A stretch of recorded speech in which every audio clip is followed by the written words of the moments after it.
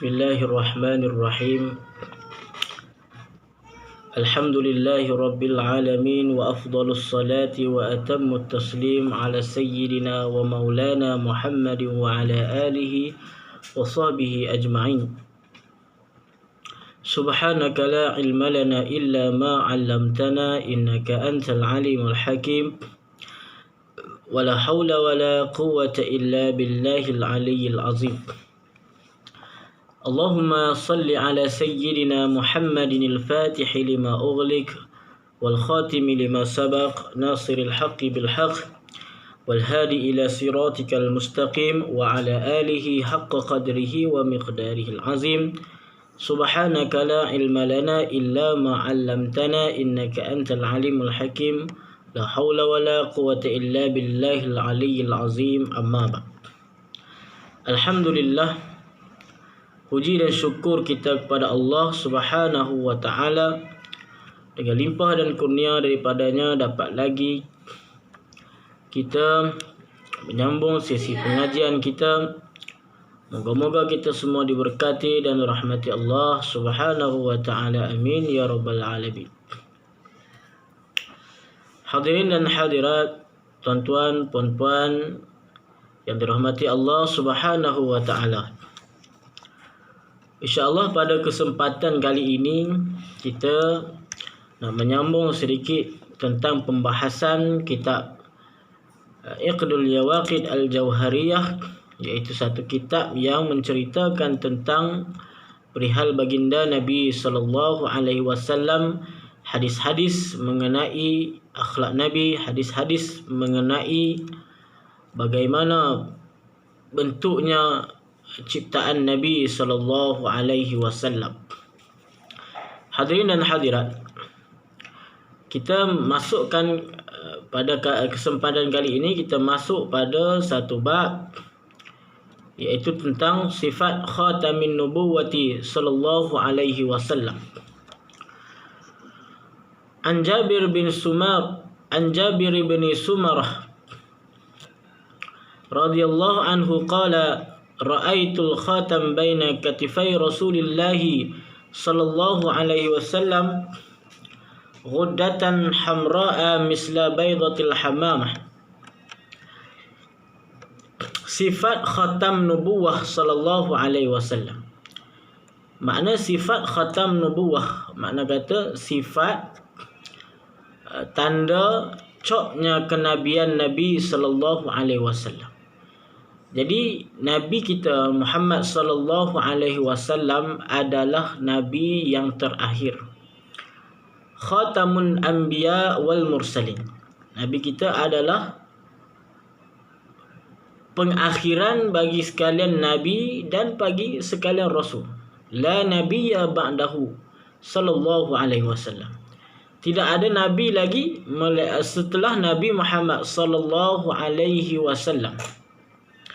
Maka Allah Subhanahu wa ta'ala membagikan ataupun kurniakan kepada baginda Nabi SAW satu tanda untuk mengenalnya, untuk umat mengenalnya Rasul ataupun Nabi khatamun nubuwah. Rasul ataupun Nabi yang menjadi pengakhiran, penutup bagi sekalian para Nabi dan juga para Rasul. Jadi di sini nak menceritakan tentang cop kenabian, iaitu tanda kenabian. Yakni di belakang Nabi SAW ada khatamun nubuwah yang dipanggil dengan khatamun nubuwah, iaitu cop kenabian yang menandakan bahawa Nabi kita Muhammad sallallahu alaihi wasallam adalah Nabi dan juga Rasul yang terakhir. Baik, hadis daripada Jabir bin Samurah.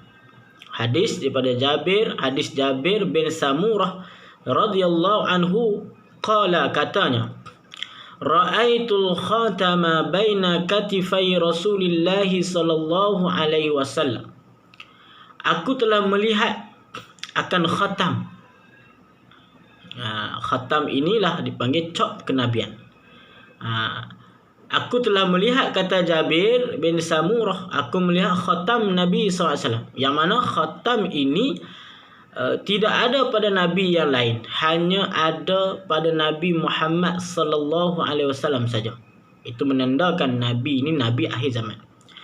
Aku melihat khatam baina katifai Rasulullah sallallahu alaihi wasallam, di antara dua tulang belikatnya Nabi sallallahu alaihi wasallam, ataupun di belakang, di antara dua bahu Nabi sallallahu alaihi wasallam. Baina katifai, di antara dua bahu Nabi SAW berada di tengah, itu khatam. Ghuddatan hamra'a, yang berwarna kemerah-merahan. Misla baydatil hammamah, seumpama seperti telurnya burung merpati. Jadi Jabir meriwayatkan hadis ni, katanya dia pernah melihat khatamun nubuwah yang ada pada baginda Nabi sallallahu alaihi wasallam. Di belakang Nabi ini ada satu khatam yang besarnya sebesar lebih kurang besar telur merpati. Telur burung merpati. Itu duduk berada di belakang Nabi sallallahu alaihi wasallam. Jadi dia seumpama daging. Setengah ulama kata dia itu daging yang timbul sedikit. Dan setengah kata lagi, dagingnya itu dia ada berbulu sedikit. Ada bulu. Jadi dia besarnya itu seumpama besar telur burung merpati. Jadi itulah yang dipanggil khatamun nubuwah. Itu tanda kenabian. Tanda yang bahawa Nabi Muhammad SAW adalah Rasul dan juga Nabi yang terakhir. Maka tidak adalah menurut hadis ni ataupun keyakinan etikad akidah kita, tak ada lagi nabi setelah mana Nabi Muhammad sallallahu alaihi wasallam. Sama ada dia itu nabi sahaja, dia bukan rasul ataupun rasul, maka dia tak ada. Nabi sahaja pun tak ada, rasul pun tak ada, semua tak ada, Nabi sallallahu alaihi wasallam. Maka jika ada pihak-pihak tertentu, ada golongan tertentu yang mendakwa bahawa dia itu nabi ataupun dia itu rasul akhir zaman, ataupun nabi dan rasul yang diutuskan kepada umat Bani Melayu. Dia kata Nabi Muhammad SAW ini diutus kepada nabi orang Arab. Maka dia ini diutuskan untuk orang Melayu. Maka kita kena iktikadkan, kita kena putuskan, kena yakinkan bahawa semua itu adalah pendustaan yang nyata. Tak ada lagi nabi setelah baginda Nabi sallallahu alaihi wasallam. Hal ini jelas dinyatakan di dalam syariat kita, jelas dinyatakan di dalam hadis-hadis baginda Nabi sallallahu alaihi wasallam. Baik. Kemudian sifatu sya'ri Rasulullah sallallahu alaihi wasallam, sifat rambut Nabi sallallahu alaihi wasallam. An Anas bin Malik radhiyallahu anhu qala kana sya'ru Rasulillah sallallahu alaihi wasallam ila nisfi uzunai. Daripada Anas bin Malik radhiyallahu anhu, katanya kana sya'ru Rasulillah sallallahu alaihi wasallam ila nisfi uzunai, adalah rambut Nabi Muhammad sallallahu alaihi wasallam ila nisfi uzunai, hingga sebahagian daripada dua telinga Nabi sallallahu alaihi wasallam. Makna kata ini panjangnya rambut Nabi berdasarkan hadis Anas bin Malik ini. Panjang rambut Nabi ini lebih kurang mencecah telinga Nabi. Setengah daripada telinga Nabi ini mencecah rambut Nabi itu sallallahu alaihi wasallam. Makna kata rambut Nabi ini panjang. Panjangnya rambut Nabi melebihi telinga. Tapi riwayat mengenai rambutnya Nabi sallallahu alaihi wasallam ini datang di dalam beberapa riwayat. Maksudnya kata apa? Sebab ada ketikanya Nabi sallallahu alaihi wasallam rambutnya panjang. Dan ada ketikanya juga Nabi sallallahu alaihi wasallam rambutnya pendek. Jadi bukan kesemuanya, setiap kulli hal, kulli ahwal, tiap-tiap keadaan itu Nabi sallallahu alaihi wasallam rambutnya panjang, tapi dominannya adalah panjang. Tapi ada juga waktu dan ketikanya Nabi sallallahu alaihi wasallam rambutnya pendek. Jadi kalau kita nak mengikut bimutaba'atin Nabi sallallahu alaihi wasallam, nak ikut sunnah Nabi, nak ikut cara rambut Nabi, sifatnya rambut Nabi sallallahu alaihi wasallam, maka menurut hadis Anas bin Malik ni, rambutnya Nabi sallallahu alaihi wasallam mencecah setengah daripada telinga Nabi sallallahu alaihi wasallam. Walaupun begitu, bila mana kita tidak berambut panjang, berambut pendek juga, maka dianggap sunnah juga. Kenapa? Kerana ada ketikanya Nabi SAW berambutnya pendek juga. Baik. Kemudian sifatu tarajjuli Rasulullah sallallahu alaihi wasallam. Sifat berdandannya ataupun menyikat rambutnya Nabi sallallahu alaihi wasallam. Bagaimana cara Nabi sallallahu alaihi wasallam dia menyikat ataupun berdandan rambut. An Humaid bin Abdurrahman an rajulin min ashabin Nabi sallallahu alaihi wasallam. Daripada Humaid bin Abdurrahman, daripada seorang lelaki daripada ashabnya Nabi, sahabat-sahabat Nabi sallallahu alaihi wasallam. Anna Nabiy sallallahu alaihi wasallam kana yatarajjalu ghibban. Adalah Nabi sallallahu alaihi wasallam kana yatarajjalu ghibban. Nabi sallallahu alaihi wasallam ni sikat rambut kadang-kadang. Mak kata ada sesekali Nabi SAW sikat rambut Nabi SAW. Jadi sikat rambut tu kerana nak bagi nampak kekemasan yang ada pada kita. Jadi wajarlah kita sikat rambut. Itu juga Nabi SAW juga seorang manusia yang kemas. Maka rambut Nabi walaupun panjang, tapi Nabi ini sikat dengan kekemasan. Panjang yang nampak kemas, yang nampak cantik.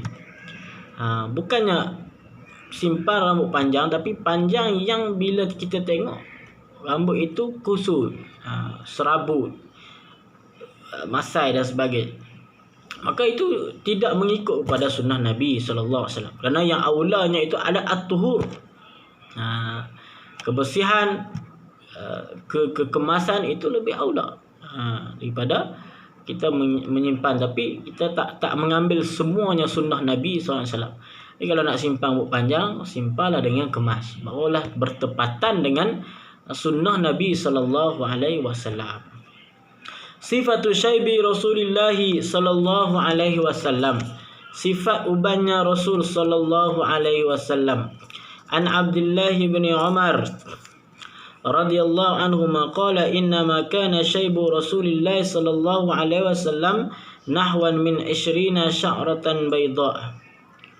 Daripada Abdullah bin Umar radhiyallahu anhuma qala, katanya, innama kana syaibu Rasulillah sallallahu alaihi wasallam hanya saja adalah ubannya Nabi sallallahu alaihi wasallam nahwan min 20, seumpama 20 helai, sya'ratan bayda, rambut putih. Makna kata lebih kurang uban Nabi ini hanya 20 helai daripada rambut Nabi sallallahu alaihi wasallam. Makna kata apa di sini?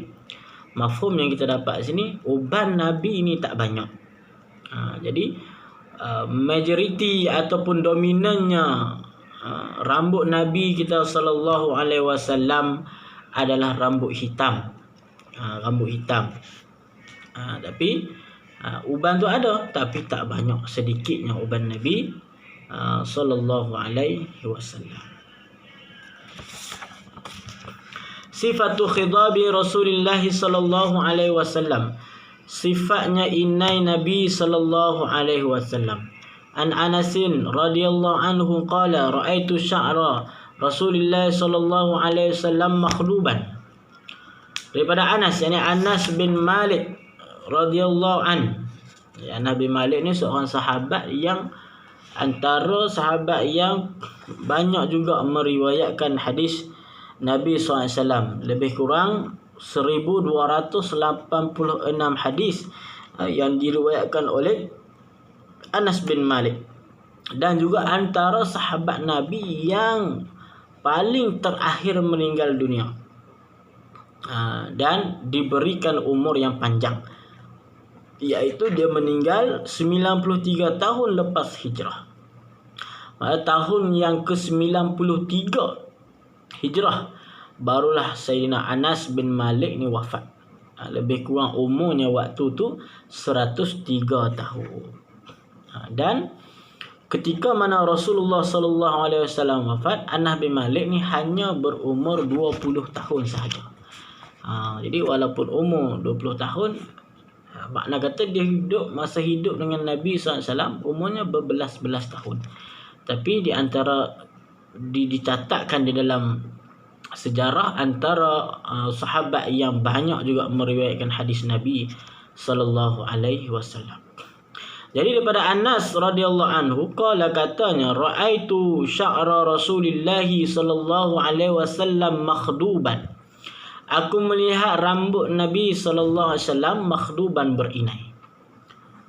Jadi Nabi pernah pakai inai. Jadi kalau kita nak pakai inai kat rambut, tak ada masalah, boleh. Rambut kita yang dah beruban, kita nak inaikan dia dengan warna inai lah, maksudnya boleh. Tapi kalau kita inai ataupun warnakannya dengan warna hitam, itu tak boleh. Warna hitam itu tak boleh, sebab itu satu daripada penipuan. Kecuali dibenarkan ketika mana perang. Ketika perang kerana ada ilat, ada penyebab waktu tu ketika perang, maka boleh dibenarkan untuk mewarnakan rambut dengan warna selain pada inai, iaitu warna hitam lah. Warna yang lain tu tak ada masalah. Cuma tengoklah inai ataupun pewarna rambut tu daripada benda yang halal ataupun tidak. Tapi yang cantiknya itu adalah nak ikut sunnah Nabi, pakai inai. Rambut kita yang dah beruban, boleh kita pakai inai, tak ada masalah. Tapi mewarnakan uban tadi dengan warna hitam, itu tak boleh. Melainkan ketika perang. Sebab apa ilatnya? Alasan ketika perang, bila mana musuh tengok rambut, bila kata inai ataupun dihitamkan, diwarnakan hitam rambut, maka itu akan memberi satu perasaan yang gerun kepada musuh. Bila musuh tengok ni, dia tengok nampak macam semua tentera ni jadi muda belaka, sebab rambutnya semua hitam. Tak ada orang tua. Jadi menimbulkan rasanya gerun. Nak bagi rasa gerun, nak bagi rasa haibahnya itu di dalam perangan, itu dibenarkan. Kan? Begitu juga lah macam contoh kita kata hukum tentang sutra. Bagi lelaki ni tak boleh pakai sutra, tak boleh pakai emas. Sutra dan emas ni khusus kepada wanita sahaja. Tapi ada waktu tertentu boleh pakai sutra lelaki. Begitu juga emas ada waktu tertentu. Disebut lagi kitab fiqh tu. Lelaki ni boleh pakai sutra ketika mana dia dalam perang juga. Dalam perang tu boleh pakai sutra. Dan juga ketika mana sakit. Maksud sakit sini sakit kulit. Sakit kulit, penyakit kulit yang bila pakai pakaian yang kasar, dia itu bagi rasa tidak selesa kepada badan ataupun kulit kita tu. Bila terkena dengan pakaian yang kasar, maka dia rasa sakit ataupun rasa tidak selesa. Tapi bila dia pakai kain sutra, sebab sutra tu sifatnya lembut dan juga sejuk, maka dia memberi keamanan, memberi rasa lebih selesa kepada orang yang ada penyakit kulit. Maka di situ ulama membenarkan dengan ada ilat tersebut, dengan ada penyebab tersebut, maka boleh pakai. Begitu juga lah inai ni. Inai boleh, tak ada masalah. Tapi nak hitamkan tak boleh. Jadi Nabi sendiri pernah inai rambut. Sifatu kuhli Rasulullah sallallahu alaihi wasallam, an Jabirin huwa ibn Abdullah, daripada Jabir iaitu anak Abdullah, iaitu Jabir bin Abdullah radhiyallahu anhu, qala Rasulullah sallallahu alaihi wasallam, alaikum bil ismidi 'inda an-naumi fa innahu yajlul basar wa yunbitu asy-sya'ra. Qala, kata Jabir, qala Rasulullah sallallahu alaihi wasallam, bersabdalah Rasul sallallahu alaihi wasallam, alaikum bil ismi, hendaklah kamu bercelak. Bil ismi, bercelak, inda naum, ketika mana nak tidur. Fa innahu, maka sesungguhnya dengan bercelak tadi, yajlul basar, mencerahkan pandangan, dapat mencerahkan mata, wa yumbitu sya'ra, dan dapat menaikkan ataupun dapat menaikkan bulu mata ataupun tumbuh bulu mata. Tumbuh bulu mata ni maksudnya untuk sihatkan mata dan juga menapis daripada cahaya matahari. Jadi bila kita pakai inai, pakai celak, maka salah satunya untuk mencerahkan mata, menyihat ataupun mencerahkan mata kita, dan juga dapat untuk menumbuhkan, melebatkan tumbuhnya bulu mata ni. Kita pakai inai, bulu mata kita ni jadi lebat, jadi tumbuh. Maka bila mana bulu mata lebat, bulu mata itu banyak, maka dapat menyihatkan mata, kerana bulu mata kita ni, dia function dia punya fungsi dia dapat menapis cahaya matahari yang nak masuk ke dalam mata kita, dan nak menapis kotoran, habuk dan sebagainya. Itu Allah Ta'ala ciptakan, ada hikmah dia. Walaupun kita tengok benda itu nampak kecil, tapi kesemuanya itu, anggota kita ni semuanya ada peranan dia, peranan masing-masing yang Allah Ta'ala dah cipta secara cantik dah, secara dah sempurna. Jadi menurut hadis Jabir ini, Rasulullah sallallahu alaihi wasallam perintah kepada kita. Jadi kita faham perintah ini tak kesemuanya perintah dengan makna wajib. Walaupun kita mengaji dalam usul fiqh, al-amru lil wujub wan nahyu lit tahrim. Amar ataupun perintah, suruhan itu asalnya untuk wajib. Wan nahyu, dan larangan itu asalnya untuk litahrim, untuk pengharaman. Tapi tidak semua suruhan daripada Nabi maupun di dalam Al-Quran, ayat-ayat mengenai suruhan perintah, hadis-hadis mengenai suruhan perintah, ada bersifat suruhan ataupun kewajiban. Tak semua ayat suruhan itu menatijahkan kepada kita untuk bagi jadi benda itu wajib, tidak. Kadang suruhan tersebut kita tengok lagi, amar itu sama ada qat'i ataupun tidak. Itu di dalam dibicarakan di dalam ilmu usul fiqh. Jadi amar itu kalau kata iaitu ijaban, yang tidak ada takhyir, maka wajib. Kalau kata dia itu masih zanni, ijabnya itu, maka dia itu terjadinya ataupun jatuhnya ke peringkat sunat.